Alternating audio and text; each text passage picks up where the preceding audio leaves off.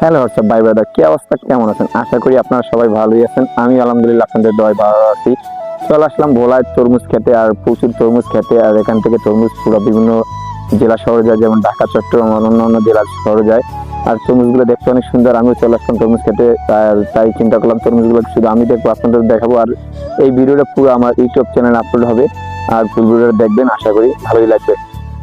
তরমুজ খেতে দেখাও।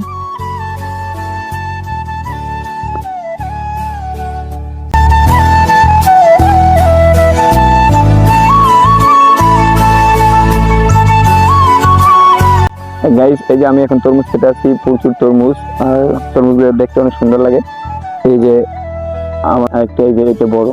আর এইদিকে অনেক তরমুজ আছে, প্রচুর তরমুজ খেতে। আর তরমুজ ক্ষেতগুলো দেখতে অনেক সুন্দর লাগে। তরমুজগুলো যেমন খেতে আছে, এগুলো আমরা সবাই কিনে খাই, কেন খেতে আমরা দেখতে অনেক ভালো লাগে।